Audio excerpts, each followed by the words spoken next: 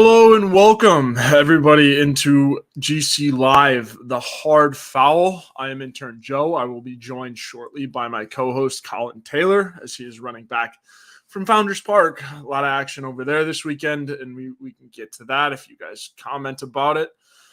And as he is coming in, our guy Collyn Taylor, my co-host, your favorite player's favorite player, Collyn Taylor. Collyn, how we doing? I don't know if my lower third has showed up yet. Tired. That's what. Yeah. The last few days, Friday covering the baseball game, off of no sleep, roughly, because someone decided to get a COVID booster Thursday afternoon. So we were achy Friday, going into Friday morning. You woke up, drove to Tennessee, stopped in Asheville after that, drove the rest of the way this morning, got back into town and immediately went to Founders Park. So I've spent, since Friday morning, I've probably spent a grand total of about 2 to 2.5 hours in my home where I was actually awake. Yeah, and that's why you are your favorite player's favorite player. That's Yes. why you're the guy. Yes. Yeah. So, yes. Journeyman Collyn Taylor, we love to hear it. Yeah, putting the miles on the car. Yeah, absolutely.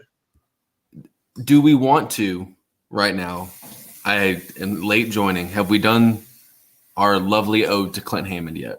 We have not done our lovely ode to Clint. Well, That's a great idea. How about we do that? Let's do that first. Yeah, I got to pay the bills around here. You are watching Gamecock Central live on YouTube, wherever you're watching it. Wherever you're watching it, no matter what, it's sponsored by Clint Hammond. As you can see right in front of you, he is the branch manager.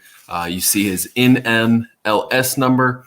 Clint's going to help you and whoever you're buying with get a home, sell your home. A big Gamecock fan and someone that helps South Carolina, helps Gamecock Central. So we're asking you to help the people that help us. And Clint Hammond has been a big help to Gamecock Central and Gamecock Central Live for a very long time. So give Clint a shout, send him an email, and get you a house or sell your house in Columbia.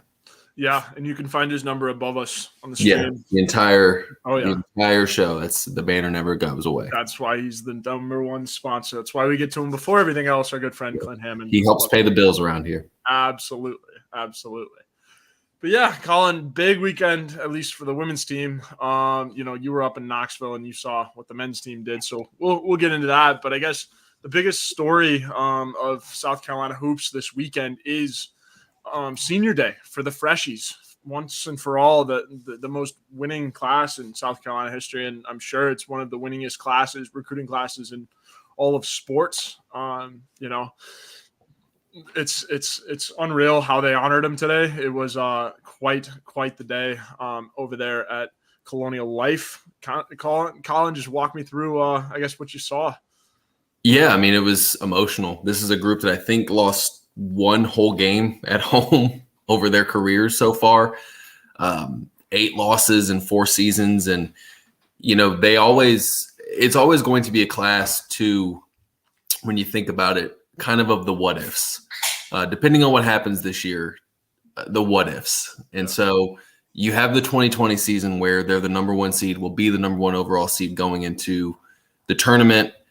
Then that gets taken out because of COVID. The next year they get to the Final Four, have a chance to win it. Aaliyah Boston misses a layup as time expires, if I'm remembering correctly, and they miss out on a chance to win a national title. Yeah. Then last year, obviously, they get to the mountaintop, they overcome everything, and then they get there and they win their title. And now you're going into the SEC tournament and the NCAA tournament, potentially undefeated, with the chance at going back-to-back for the first time in program history. So I thought this was an incredibly fitting way to send them out, a packed crowd.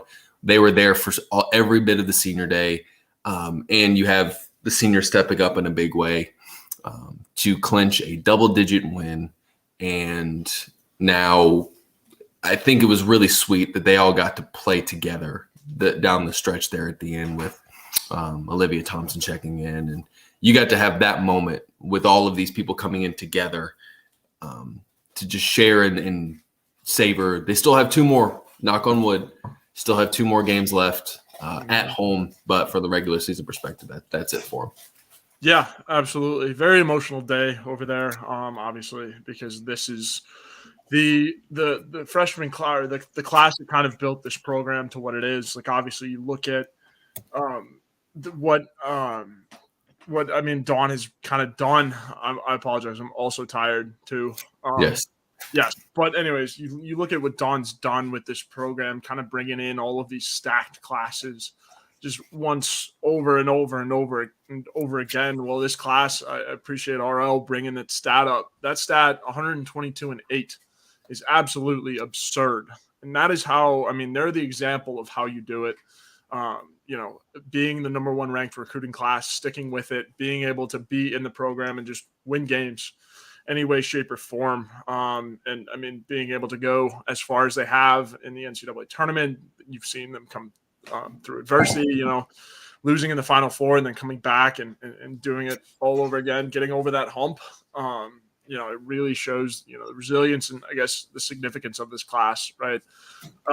Also, too, another thing is like they were able to cap off the first undefeated regular season in SEC history, I believe, for women's basketball, which is an achievement in and of itself. Hard to do. Very hard to do. Yes, exactly. And the hardest thing to do in sports, I don't care if you're this class, I don't care if it's me, you, and 3 friends, football, baseball, whatever. The hardest jump to do is go from good to great, like truly great. And South Carolina had been really good. They've been national title caliber for a very long time, obviously, before this class. But this class went from being really good / great to just dominant. And that's what South Carolina's been over the last 3 seasons with them. This is obviously the 4th. So this class, when you look at it and the impact it's had on South Carolina, I don't think you can understate just how important it is, because South Carolina was kind of at a cornerstone in the Dawn Staley tenure. Asia Wilson's fading out. You have all of these greats that you got so used to seeing. Ty Harris obviously was there for a little bit. Henny was there for a little bit with that class, but they were older. You needed a bridge class. You needed a great class to kind of continue that forward momentum that you built. And they did that and then some. And the book's not done. The book hasn't been completely and totally written on this class just yet. You still have the SEC tournament and the NCAA tournament still left to go. But this has a chance to be one of the best recruiting classes, not only in program history, I think that's undeniable right now, but women's college basketball history. Yeah, and I mean, you could even make the argument for all of collegiate sports. They win 122 and 8 is absurd. It really is. They have a chance to win 120 more games than they have lost, which is absolutely nuts. Knocking on wood here, but that's absurd. Yeah. Trying to think, because you have to win 6 to win a national title. Yep. You'd win 3 in 3 days. You'd win if they won the SEC tournament and then won the NCAA tournament. I believe that would be 9 wins. So you would have a chance to be 131 and 8 if you're South Carolina. If that's right, 131 and 8. If I'm doing my math correct. Louise, man. Yeah, that's nuts. They're pretty good. They're pretty good. Yeah. So and that's a testament to Dawn Staley, because it would have been very, very easy for those egos to not mesh, for things to kind of fall apart, transfers to happen. And it didn't. And they stuck together. They hung through all of it. They embraced their roles, waited for their opportunities. Zia Cook, the prime example of that. And you're going to the SEC tournament with a chance to make even more history.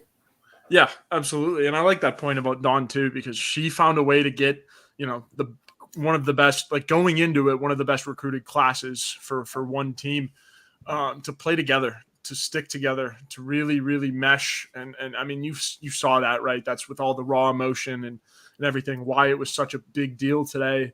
You can't really coach that. I mean, she was able to get them in a spot and try to teach them camaraderie. But I mean, it just builds and builds and builds. And I think that's what's so special about this class, is that they were so tight knit. I mean, you've seen it in all the mic'd ups and all the practices, and even in the games, how tight they are. It's really hard to find that, and I think that's, arguably it's part of why they win and why they win so much is because they are all so tight on and off the floor, and they vibe together. And when you're vibing together, you're winning. It feels good and that kind of thing. So when you're all on the same page, it goes a long way. Yeah, and that's what I love about the women's game, especially, and we can turn it to a men's argument too, and then transition to the men.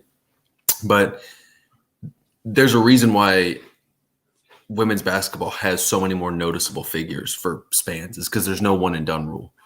Because players are in school for 3 or 4 years, mostly 4, and you get to know them, you get to build camaraderie, you get to do all these great things with players that Aaliyah Boston's going to be at South Carolina for 4, maybe 5 years, depending on what she does.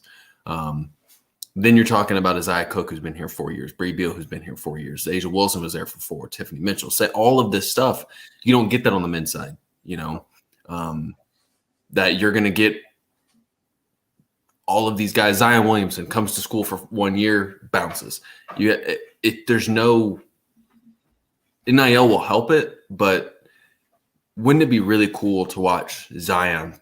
He would have probably gone straight to the NBA at a high school, but wouldn't it be cool to watch RJ Barrett if he wanted to play for 3 years? Wouldn't it be cool to see some of these guys who, are fringe NBA picks, but just want to go and get a payday, stay for 3 years? And that would be really cool. And you would get more of that on the men's side. Why is Christian Laettner such a huge name to talk about? Because he was at Duke for 8 years, it felt like. Yeah. So that's to dovetail this to the men's side of things, and we'll talk about the men's basketball program. Yeah. Probably less about the Tennessee game, more about the week and what's ahead, or about Alabama and what's ahead. But it was just, that's what I want to see on the men's side. You have these classes that come together that if they stick out together, can play in a lot of games, and it spreads the parity out. Because if you're, coaches can't just stack the number 1 recruit in the class every single year because that number 1 recruit wants to go play somewhere. It would force him to make a decision of, do I wait or do I stick it out? And I think that you'd see more parity in the men's game, even because there is so much parity already. Yeah, absolutely. And I guess I'll end the women's basketball segment on this, and something that tying it in with the men's game is like, one thing I hear all the time is like, why can't Lamont, or like the expectation is to fill Colonial Life like Dawn does? It's impossible to do that on a regular basis when you have, it is possible on the men's side. You do have to build up a lot of momentum, but it's a shorter time frame, right? Like we look at this, especially this class, like that was built up year after year after year. You don't have that now. Like you get a good player has a great year and they're off to the NBA. Right. Like to your point, like exactly. Like so I think it's so much harder, and especially a big old arena like Colonial Life, it's going to be so hard to live up to those expectations that the women's side is setting, because you're not getting players sticking around for 3-4 years, or at least star players that are worth, I guess, or like the guys that are going to be carrying the scoring load and stuff like that. Like those guys aren't going to stick around for longer than a year or two. Right. So it's hard. And it would force people to really judge whether or not they want to transfer too. Yeah. Like, oh, well, I know this guy's going to the NBA because he's one and done, this, that, and the other. I can transfer to do this. And then the mid-major levels all get lifted up because of it. I just think it'd be good for the entirety of the sport. But that's the men's side. And now we get to transition to what was a roller coaster week for this men's basketball program. I don't want to delve too deep into the Brandon Miller situation, so we won't tonight. But you take Alabama down to the wire. You should have won that game if you're South Carolina. You don't. Then you go on the road and get blasted by Tennessee, and what's a terrible matchup. Intern Joe, as I like to call you. Yes. What were your takes as you watched the Alabama game and you watched the Tennessee game and what you saw from South Carolina? Yeah, I was very, very impressed during the Alabama game. Like we kind of said last week, with the win at LSU, I was surprised at how much this team had kind of come together and were playing for each other and stuff like that. And I think we saw the epitome of that against Alabama. We saw this team as a cohesive unit and kind of what it was building up to. And you're right, Collyn, they should have won that game, and that should have been the signature win. of the season and I guess of Lamont's tenure. And how nice would it have been to, block out all of the Brandon Miller noise and kind of give it to him. And right. I got to give Brandon Miller his flowers, man. 42, I think, for 41 points. 41, yep. 25 shots. It's nuts. He's really good. And there's a reason why he's still on the team, because he can put up 41 points and do all this stuff. And and all of that aside, I still think South Carolina played an okay defensive game. They weren't great, but they held Alabama under their average scoring. Alabama, outside of Brandon Miller, was 1 of 14 from 3. It's one of those things where, like, at some point, Brandon Miller just ran the "I'm better than you" play. And he did that at the end of regulation, did that at the end of overtime. In South Carolina, I am not one to criticize officiating. They have a really tough job. Yes. College refs have an incredibly tough job.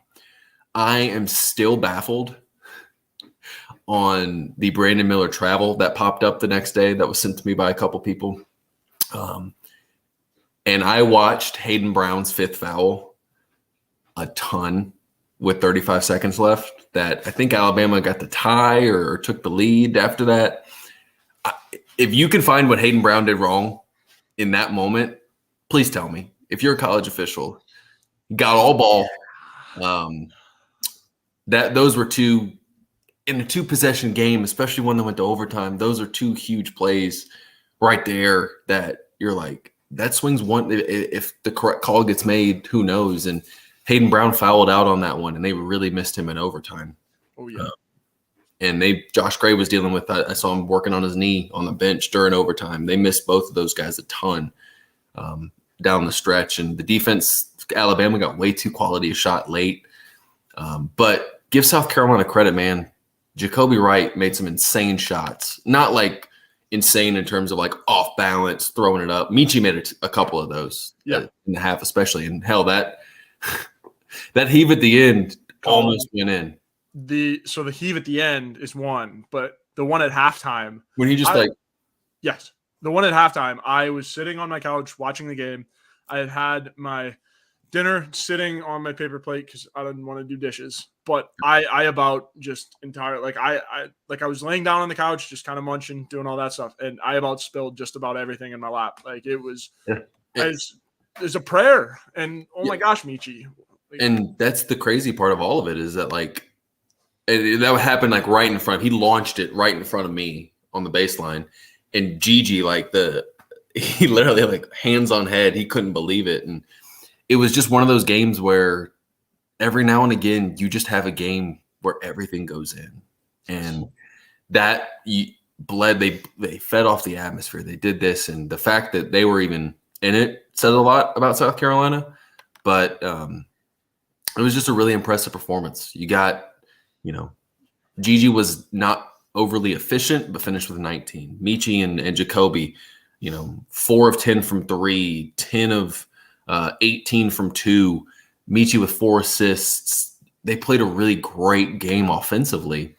And if you're South Carolina, that's what you need. That's the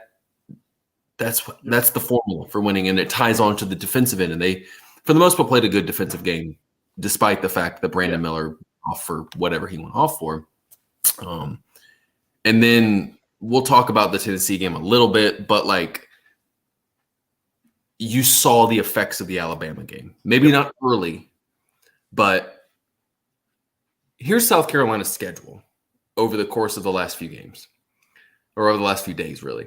You play Wednesday night. Because you play Wednesday and it's a 9 p.m. tip, you don't get out of that arena until 12:30, 1:30 in the morning. Yeah. You got to be, because it's a Wednesday game, you don't get a day off in between. So you go practice Thursday, practice Friday. They bust to Knoxville. A basketball team bust to Knoxville. You play that game at 6 p.m. You bus back. You get in after midnight. Then you got to be back in the facility Sunday. You travel, you practice, and you travel Monday, and then you play again at 9 p.m. in Starkville Tuesday night. I mean, that's just, it's brutal. Scheduling, and the fact you have to bus up there. after playing a late game Wednesday. Ridiculous. First and foremost, ridiculous. Second off, you saw because they had a ton of dudes play a lot of minutes against Alabama. It might not have shown early, but as the game went on, feet got tired. Guys were starting to get worn down. You can only do so much to protect the body in practice while still getting good reps. So that wore them down. And Tennessee is just a better team. I don't think anyone can argue that. And they're more physical than South Carolina is. So you're talking about a team that South Carolina is a finesse team. Lamont Paris said it after the game. And Tennessee just got whatever they wanted to. The defense was not great. That shows up. And all of those things combined together, and you get what you got. And it's not a good loss. Getting blown out by 40, especially on the road, not great. But Tennessee is just a terrible matchup for South Carolina right now. And you're seeing that in how they responded physically, how they responded to the physicality. And when that lead started to grow, they started taking bad shots and rushing things, and it led to a bunch of good Tennessee looks. And they had trouble stopping that action all night long. Yeah, absolutely. I mean, Tennessee was not by any means pretty. No. 45 points. It's not really 19 after halftime. 19 after halftime. Yeah, not pretty at all. And I mean, I guess I'll go back to the Alabama game a little bit.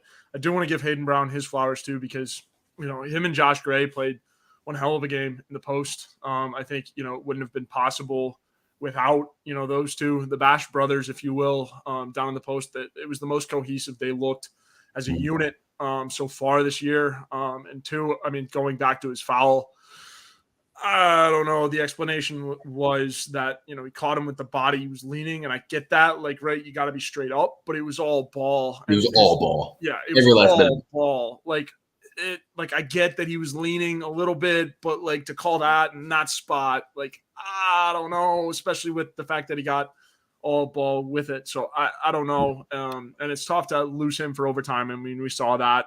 He definitely would have helped on that last drive by Brandon Miller, I think. The travel, if you will, but I didn't call it. So, they didn't call it. So, right. Didn't happen. But yeah, I mean, I definitely think Miller took his fair time traveling a little bit. Took like 8 steps. Yeah, he had his bags packed and was going somewhere abroad, I think. He hired a travel agent for that one. I mean, quite literally, like, picked up his pivot foot. I can't tell you how many times. I mean, yeah, and that doesn't take away from how good he was. No, the fact that absolutely not. When you watch that play and you're like, he took like 8 steps. Yeah. That was an NBA player right there. He took like 8. Oh yeah, absolutely. And I get like trying to let him play a little bit. Like that's a tough spot to call it travel, but he traveled. I mean, yes, he did. He traveled, and it's just it is what it is. And all of those possessions, people are going to hear this and think, well, they're making excuses about blah blah blah. No, but when you're in a 1 possession game for most of, if not all, of the final 3 or 4 minutes of it, every possession gets magnified. Every missed call gets magnified. Every missed shot or poor decision or whatever foul call gets magnified. And one of those changes, Hayden Brown doesn't foul there. It's out of bounds. South Carolina maybe wins in regulation, and we don't even have to go to overtime. So that's one that, you look back on and say, man, probably should have won that.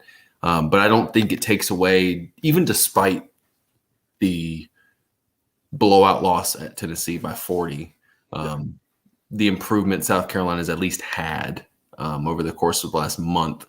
When you look at where they are now compared to where they were 9 games ago, I think that's a completely in stark. One team's one team, and then it's a completely different team that you're sitting here right now going into the final week of the season. 100%. I think that you can chalk that up to Lamont a little bit too, just because he's learning as they go. Everybody's learning as they go. We've talked about that a lot. Nobody's really been through the SEC, the schedule, the grind, fresh. Everybody almost. This roster was cleaned out almost, like pretty much, and so credit to Lamont for learning how to Yeah. Has it been perfect? No. I don't think Lamont would even say it's been perfect. But you're talking about a roster of – they don't even have a full scholarship group yet, which falls on Lamont. That's a guy that, could have filled it, chose not to. You're playing a man down already from a scholarship perspective. But no one on this roster had ever played a minute for him before this year. The staff had never coached anyone on this roster a minute before this year. Yep. All of the guys that they brought in are playing new roles this year. So, yeah, and the guys that were on the team are learning a new system, have never really done their role at this level before. I mean, Jacoby Wright's playing how many minutes now? Like quite a lot. Yeah, a lot. And he's doing really well. I'll give him a ton of credit. But that was a guy that, he wasn't going to have to be asked, like, at the beginning of the season, they didn't want him or need him playing 30 to 35 minutes a game, and he's grown into that role and thrived. But it took time. It took growth. And they're not a great team. I don't think anybody on the face of the planet would say they're a good team right now. No. But they're much better than what they were in a year one that this year one was expected to be. You judge not wins and losses matter, but you also judge on what does this team look like in February, in March, compared to what this team was in late December and especially early January. They were getting, boat raced by teams. I mean, you lose on the road at Vanderbilt. That game, Vanderbilt probably should have won in regulation, but they didn't end up winning on the road, But then you go Tennessee, you get blasted. You go beat Kentucky at Rupp. And then you get blasted by A&M, who's now one of the best top 15 teams in the country right now, playing like it. And then, you're losing these games that get away from you late, but you're so close. You're trying to get over the hump, and you just can't. So this team's playing a lot better. I'll let you read the tax ID after this, and then we'll get to segment 3 on our show notes, which is kind of the road ahead for men's basketball. Yeah. But since January 28th, when they played Georgia, that's the start of the Georgia game until now, South Carolina is the 11th best team in the SEC, which is not good. You hear that and go, why is he telling me this? Because it's better than the 14 that they were through the first 9 games of league play. Yeah. Their offensive efficiencies, middle of the pack, 8th or 9th. Yeah. Their defensive efficiencies, middle of the pack, 9th or 10th. Their effective field goal percentage over that span is 6th best in the SEC. The teams ahead of them, Alabama, tournament team. Arkansas, probably a tournament team. If I had to put money on a team right now to win the SEC tournament, it'd be Arkansas. Oh, yeah. Missouri, fringe tournament team. Kentucky, fringe tournament team now. And Mississippi State, a fringe tournament team. So all teams that are more than likely going to be in the tournament or competing for a tournament spot over the next 10 days,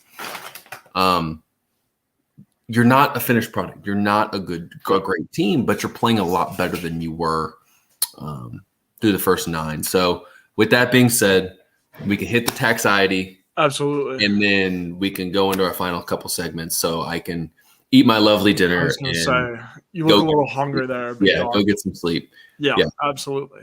So as Collyn said, our program is brought to you by Tax ID. Tax ID is that uncertain feeling you get right before doing your taxes, but you don't have to go through it alone. Tax team at Liberty Tax, Irmo, Lexington, and Columbia will walk you through the process, clear up any confusion, and guarantee you'll get the biggest possible refund or your money back. It's tax time. If you're in a hurry for your refund, call the team at Liberty Tax. Fast, accurate, and guaranteed. On the other hand, if you think you might be owing Uncle Sam, talk to the Liberty Tax team to make sure you're not paying more than you should owe. They'll find every possible deduction for you. Locally owned and operated, staffed by tax professionals from your neighborhood. Open 9 on weekdays, 9 to 5 on Saturdays with multiple service options. Start through the Liberty Tax mobile app or through the desktop portal. Make an appointment or just walk in. Give a call to upload your tax documents, and when you come in, your return will be ready to review and sign. Their number is 803-462-5576, 803-462-5576. Give them a call for all of your tax needs. As we are back, I guess, transitioning into segment 3, what does success look like for the men's team in the final week of the regular season and going into the SEC tournament, Collyn? Winning a game would be nice. Yeah. First and foremost, if you're South Carolina, Mississippi State's tough. You're according to KenPom, you're looking at about a 16-point dog on the road against a great defensive team. Top 5 nationally in defensive efficiency, top 3 in the SEC. Not a great offense, but been better offensively of late. So look better. It's going to be a challenge. They're very similar to Tennessee in how they play. So you got to find a way to score. That's the big first and foremost thing. You have to find a way to be efficient offensively. And then Georgia. Right now, you're a 1-point dog, according to KenPom. 46% chance to win that game, according to the predictive metric there. Winning a game, going 1-1 in that stretch would certainly feel better, especially when you win your senior day game. That would feel better. Right now, all you would need if you're South Carolina, right now South Carolina is locked into day 1 of the SEC tournament. You're playing in either the 11 or 14 or the 12-13 game on Wednesday night. So if you're South Carolina, all you need is one more win or one more LSU loss, and you're locked into the early game. So if you're South Carolina, just continue to look better. Continue to play with that urgency. Continue to play together. Look cohesive offensively. The ball stuck sometimes Saturday night, and it just didn't look great. So you're talking about progress in terms of that. And in the SEC tournament, your first round game is more than likely Mississippi State, a team that beat you by 12 at home, and then you beat them by 3 on the road. So, and it's a Mississippi State team without their head coach, who just got fired. So, yeah. I don't think South Carolina, I'm trying to think, they didn't win an SEC tournament game last year.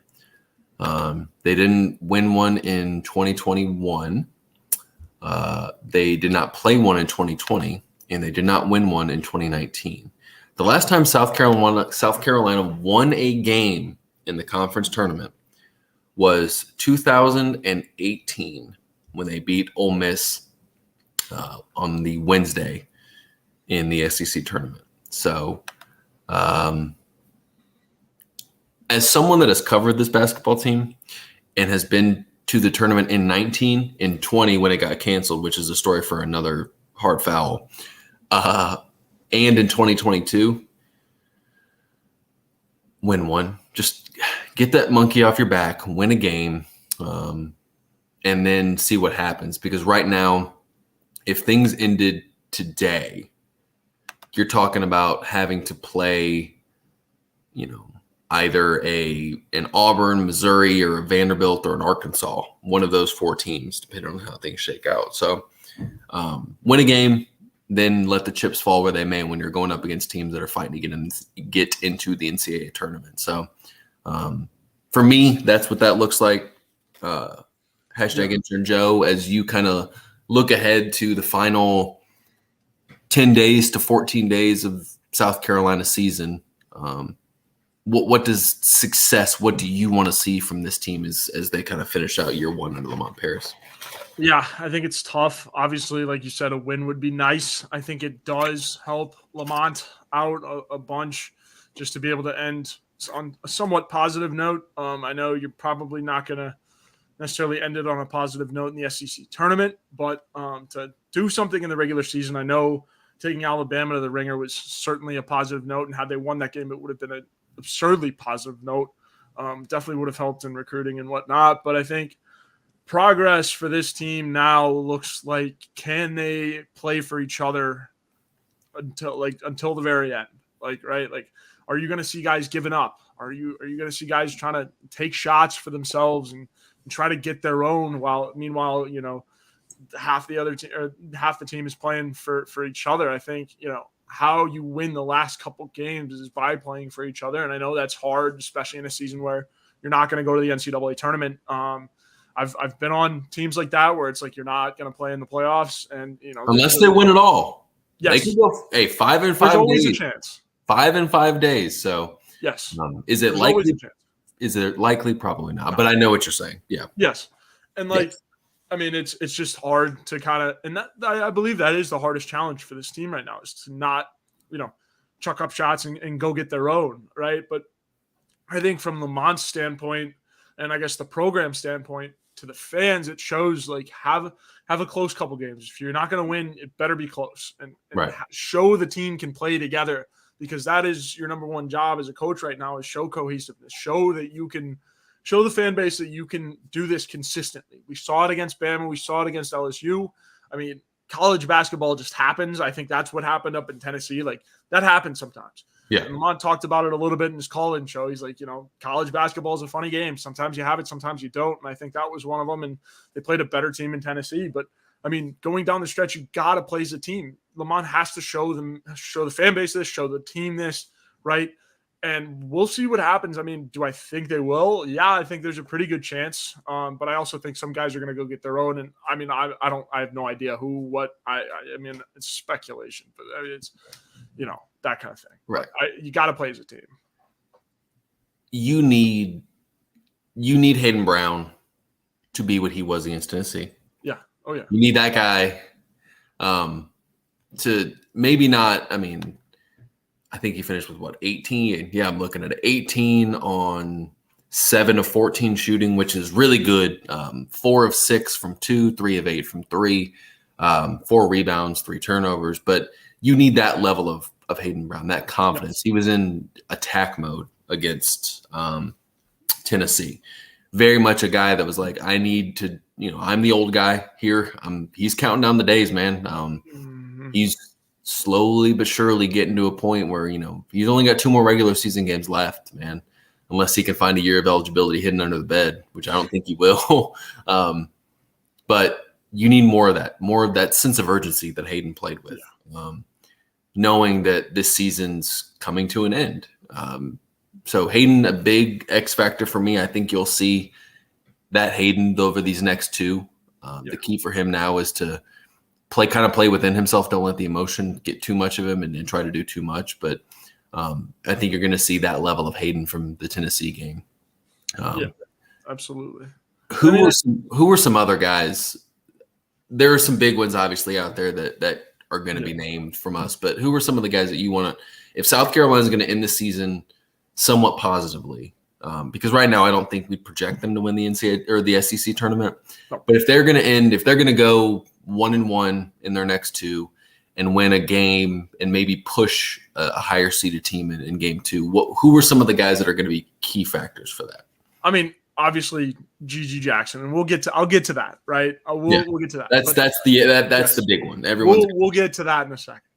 But I love your Hayden Brown take. I really, he's really come along. And when I watched Hayden Brown play in these last couple of games, I hate to compare it back to football, but I keep thinking of Nate Atkins, right? Like a guy that's just, unfortunately counting down the days of college basketball, college sports left, and he's really putting it all out there. It's everything that he's gotten more, and we're seeing that, right? And he's made strides as a basketball player, and so I think Hayden's a great one. Had a great game against Tennessee. Unfortunately, team didn't follow with, but starting to play, within his own, and so good point there. Another guy, I think Jacoby Wright, another guy that I would like to see kind of coming into his own a little bit more. He's been shooting the basketball well. I'd like to, yeah, absolutely, and he's been able to shoot pretty well. I'd like to see him handle the ball a little bit more, because the biggest knock on Jacoby Wright right now is that he's pretty much catch and shoot, right? I'd like to see a little bit more from him defensively too. But I mean, that's another guy that can step up. And the last guy I want to bring up too, I meant to bring him up when you were talking about guys that we didn't think we'd see this year, but Eli Sparkman, the guy, man, the myth, the legend, with a massive 3 against Bama. Oh my goodness, I was so excited. And Lamont's very high on him. Yeah, save the ball. Yeah, absolutely. Yeah, somebody get the kid the ball. But I mean, that's another kid that too, being able to play a little bit. And also, I think him playing well and playing often, kind of motivates this team a little bit. And Lamont talked about that, right? Like, you have a guy who was a walk-on, and he can play for sure. Yeah. Like he can definitely play. But when you have a guy like that that's actually playing and doing well, and I mean, on his man like glue, Lamont brought it up. There was a point in the Alabama game where he was matched up with a 7-footer, and he was probably at his eyes were at his like torso, but I mean, he was on him like glue. And it was like, it was ridiculous. It was just kind of like, when you have a guy like that playing that hard, it really, really, really motivates the guy. So to see him play a little bit, like a lot, or play however much he's going to play, but play hard, play fast, I think it's going to motivate the guys too. But Jacoby Wright, Eli Sparkman, and then we'll get to GG in a second. Yeah, I mean, and another one, obviously, Michi, your point guard. I'm going to go off the wall here because Michi, everyone's going to say Michi. If Michi's hitting big threes, right? If Michi is hitting big threes and he's playing good defense and that lifts everybody up. That's going to be a big factor. One guy that can play really well, Zach Davis. I think if you get quality minutes, especially when you're talking about a team that's strapped for guards right now, Chico's out. Ford Cooper's been banged up. You just don't have the depth at guard. Your guards are Jacoby Wright, Michi Johnson, and Eli Sparkman right now. Ford dealing with that injury, Chico obviously with the knee tendonitis. But if Zach Davis gave you some quality minutes at LSU, did the same thing against Vanderbilt, played really well. He hit the go-ahead 3 against Alabama at one point in the game, late. Didn't do a whole lot for you against Tennessee in just 16 minutes, but gives you length, gives you some athleticism on the wing if you want to play him at guard. And if you're South Carolina, you just might need him to play more guard because he was a high school point guard. Instinctive defensively at times, had a few steals in that Alabama game. If he plays well, South Carolina has a chance to add some athleticism off the bench for you. And that's something that this team needs as you kind of look at down the stretch. And these next 2 games plus whatever's in the SEC tournament is all about hope for next year, showing some flashes of guys that might still be on the roster next year, about guys that improve from year one, the beginning of the year to the end of the year. And Zach Davis, I think, is a guy who's going to get the chance to do it, and certainly has the athleticism and talent to do it as well.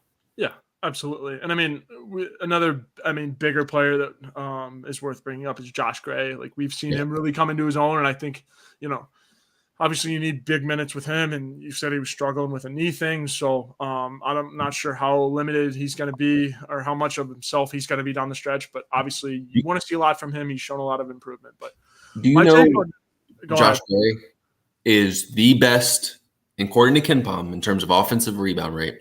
He is the best player in the SEC in offensive rebounding. That doesn't surprise me at all. He is the 3rd best player nationally in offensive rebound rate. That's he is second in the SEC in defensive rebounding rate in league games only, and 44th nationally in defensive rebound rate for the course of the entire season. That's not still has work to do offensively, but you're talking about one of the best rebounders in the country in Josh Gray right now. Yeah, and the big that South Carolina's been looking for a long time. Since Chris Silva left, because Mike Kotsar was a different kind of big. Yeah, I agree. But I mean, you hope he sticks around, right? Yeah. He would be a guy that you can really build off of and stuff like that. Yeah. I'll give my 2 cents on Gigi real quick. What we saw against Alabama was the Gigi Jackson that we have all wanted to see, right? Him going to the bucket, him getting into the post, getting tough buckets. Collyn, we've been talking about it for weeks. You wanted Gigi to get gritty, get in the post, get some buckets like that. You saw him get some rebounds. It was exactly what he had been leading up to and more. And, he's scoring the ball efficiently. He had the swagger. He really didn't get down on himself. The body language was better. He gave it, "This is my city," too. He hit a shot and he gave like a "This is my city," like during the Alabama game. Yeah. And it's awfully, awfully bold when you have Brandon Miller on fire on the other side, but he stuck home, which is why it is his city ultimately. But I mean, that we saw that from Gigi, and that was like his game, right? The way that he should be playing, the way scouts are looking at him, the archetype and all of that, living up to its fullest. So you want to see more of that. You want to see him getting grittier. You want to see him, scoring in the post. That's the biggest thing for him. He's got so much size, and he needs to get tougher. And obviously, you want to see more defense out of him. Guarding Brandon Miller, I mean, that's tough for anybody. And I mean, he had his hands full. But I mean, I certainly wouldn't want to guard Brandon Miller on, at all. So I don't blame like that. I'm not pinning Brandon Miller's 41 on Gigi by any means. But I mean, scoring the basketball, you got to get to the rack to show more to these scouts. And that's the thing too, is that it's easy to tell early where Gigi is in terms of shot making. And, you saw he looked like a lottery pick against Alabama, just looked the part, going toe-to-toe with Brandon Miller. Obviously, Brandon Miller won just from an overall performance and from a team performance. But when Gigi's making shots early, that's when you get the Gigi that you're built. When he's not, then he struggles. He's inefficient. He kind of goes away in some games. And you saw that against Tennessee. And then, granted, everybody had a bad offensive day outside of Hayden Brown against Tennessee. I'm doing the math. South Carolina made 19 shots. 7 of those were from Hayden Brown. They made 4 threes. 3 of those were from Hayden Brown. So Gigi, yes, but the entire team had a terrible offensively. With Gigi, he was 2 of 12 from the field, but he was 2 of 8 in the first half, which kind of led to just a bad game. He kind of he wasn't there, and South Carolina itself wasn't there. And when you have a game like that with Gigi, and you don't get anything out of Michi Johnson, really, 3 of 9 from the field, 0 of 5 from 3.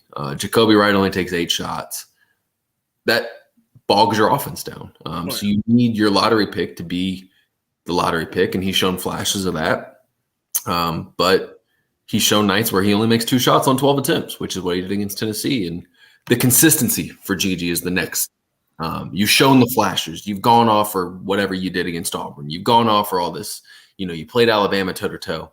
Can you do that night in and night out in the league? And I think that's the next step for him as you get into these final at least 3 games, and depending on whatever happens in the SEC tournament, potentially more. But yeah, that's kind of how we want to wrap him in. You want to close a little bit with women, and then do our Q&A. Yeah, we can keep the women short considering the tournament still. Yeah, the bracket's set, but we're still about a week away from things officially tipping off for South Carolina. Yeah, absolutely. And I think we covered a lot of the women's team at the top of the hour, especially with just kind of everything moving forward. But the women won't play again until Friday. They got a double bye. The breaking news, they're the number 1 seed in the tournament. Yeah. Oh, my goodness. Breaking news. They will play either Arkansas or Missouri in game 1. They are on the same side of the bracket with Mississippi State, Vanderbilt, Texas A&M, and Ole Miss. That's your other side of the bracket. That's South Carolina's side of the bracket. Auburn, Georgia, LSU, Tennessee, Alabama, Florida, and Kentucky are on the other side of the bracket. If things go chalk, it'll be South Carolina, Arkansas on Friday. And then, again, if things go chalk, South Carolina, Ole Miss on Saturday in the semifinals. But as we know, things don't always go chalk. Joe, as we sit here on Sunday, I think South Carolina is the overwhelming favorite, no spoiler there, to win the SEC tournament. I'll do one. Who on South Carolina's side of the bracket scares you the most, and who on the other side of the bracket would scare you the most if you're facing them in the SEC championship game? I'm pulling the bracket up now. That's a ding on me for not having it up to begin with. But okay, here we go. So on South Carolina's side of the bracket, I think, oh gosh, I got the wrong one. I'm so sorry. I know. I'm slacking. Rookie move. It is a rookie move. It's Intern. Yeah, blame Intern Joe for this. Yeah, there's a reason the Intern name is still there. Yes, exactly. It's still an intern. I eat my Moe's chipped with queso. Please, Moe's, sponsor this. Oh, goodness. You got Moe's. I'm so jealous. Let's see. Come on.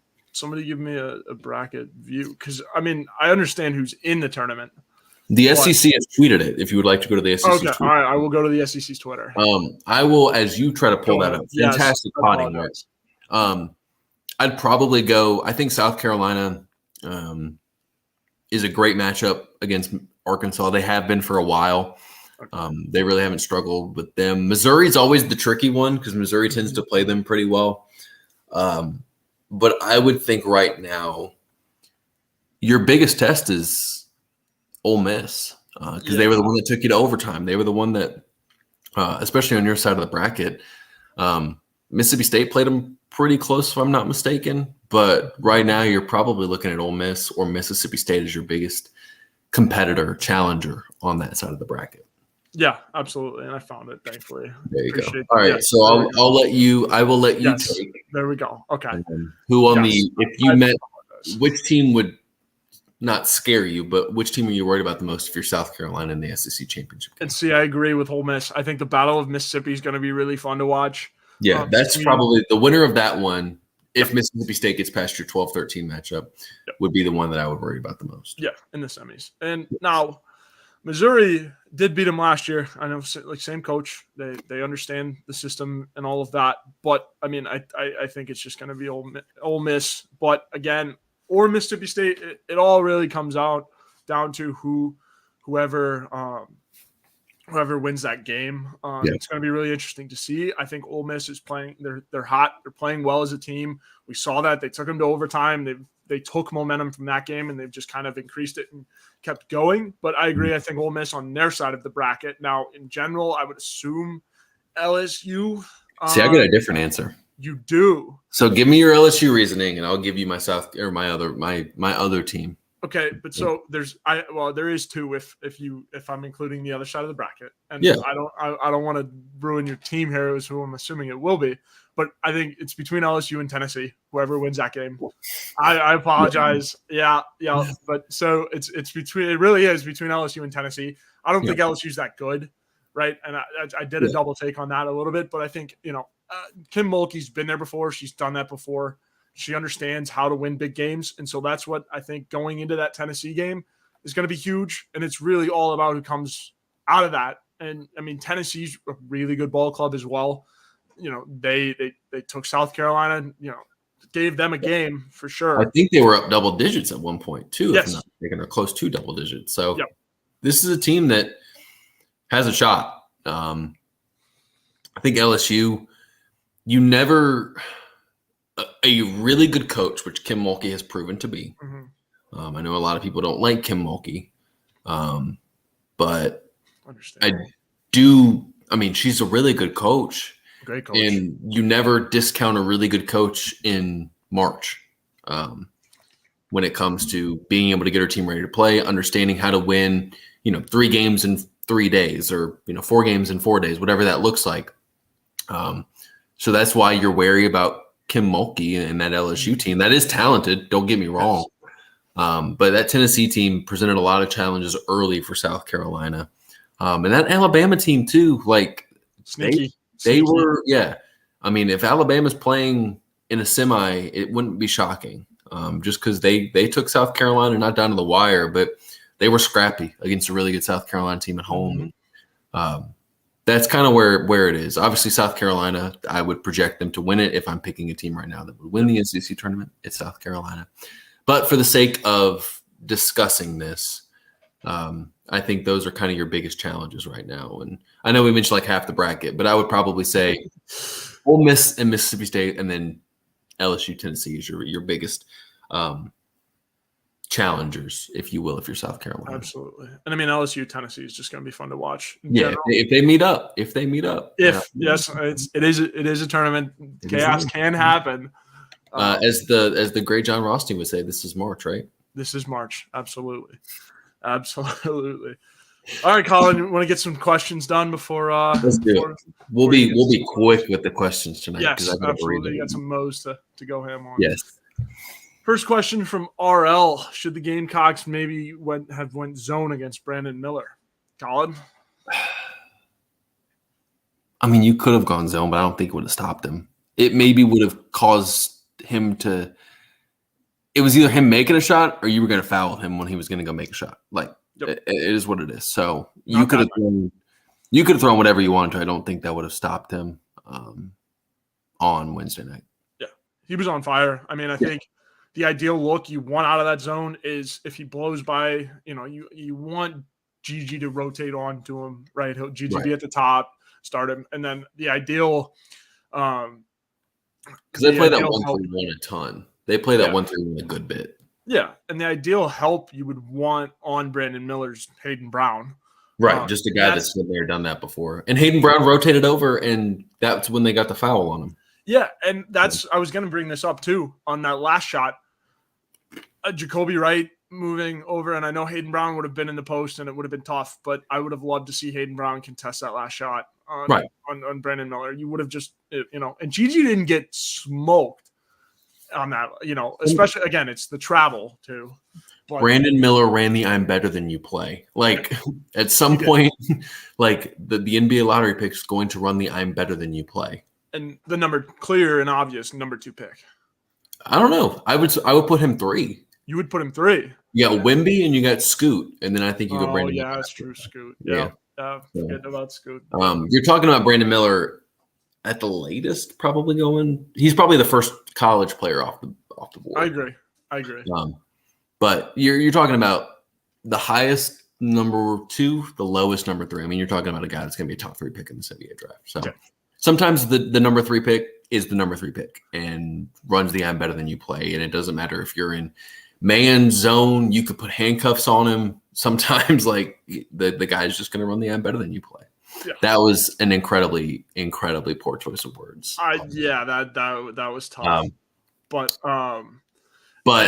You could tie one hand behind his back. You could whatever. And again, there was no stopping him on Wednesday night with everything going on.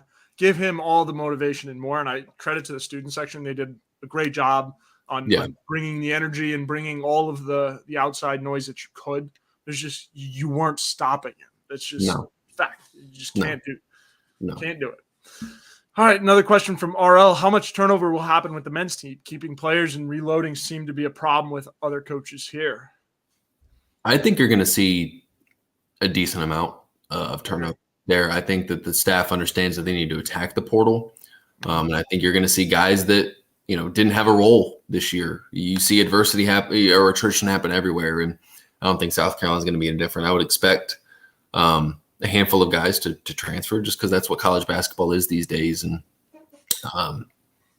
it's just you're gonna see the staff really attack the portal and try to get more guys in here that fit the bill of what they're looking for and kind of building this roster how Lamont Paris and his staff ultimately want to build it. Yeah, and Collyn, you said it last week too. Lamont's really going to be on the prowl, and he'll also be able to recruit an entire offseason. Right. When he got hired, it was a little bit into the offseason, didn't have – the portal was in full swing. Yes. Right. Yep. So I think Lamont's really going to go after it. And he did a good job of that in Chattanooga too.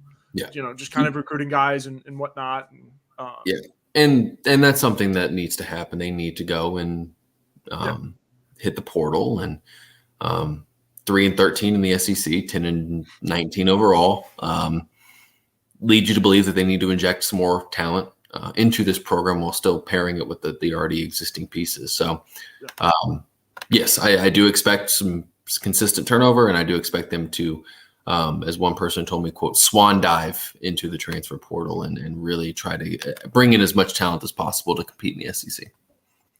I love that. That's awesome. Ashley asked, wouldn't it be fun to have Michi and Gigi on a team next year with both scoring consistently? Absolutely. You would love to see both scoring consistently. Yes, absolutely. Scoring consistently is the main part there. Do I think it'll happen? Maybe, probably not. But it'd be fun. Like, who knows what happens and what ultimately Gigi decides to do in terms of his future. But it certainly would be fun to have those dudes playing at what the apex of their game looks like consistently for 30 regular season games and especially 18 of those in the SEC. Yeah. And Michi scoring consistently is so much fun to watch. Yeah. Oh my God. An aggressive Michi Johnson. Yes. makes the difference for an aggressive Michi Johnson making shots or getting to the free throw line changes the South Carolina team in good ways, in really positive ways. Yeah. And Lamont, in one of his call-in shows, he thought it was funny because Michi was watching film one day and he comes up to Lamont afterwards. He's like, "Hey, coach, I think it's a pretty good idea when I drive to the bucket and try to score there." And Lamont was dying of laughing. He's like, "Yeah, you would think." Like, so he's trying to get guys to attack more, and he's talked about that. So imagine Michi doing both. And I mean, he's just an electric shooter. So I think that would be fun. And concluding on this one, a fun one from RL. Thank you for the donation. What song would you choose to play every time you walk into a room? This is kind of piggyback. Like, I love it because I asked the question today on Twitter, what would your walk-up song be? And we'll get into that for our baseball show. Plenty of walk-up song stuff to talk about there. But Collyn, what you think? I have to go to my playlist because I'm an insane person. Oh, yeah. I have an entire playlist. It's called Potential Walk-Up Songs. Oh, my God. It's literally a playlist full of walk-up music. I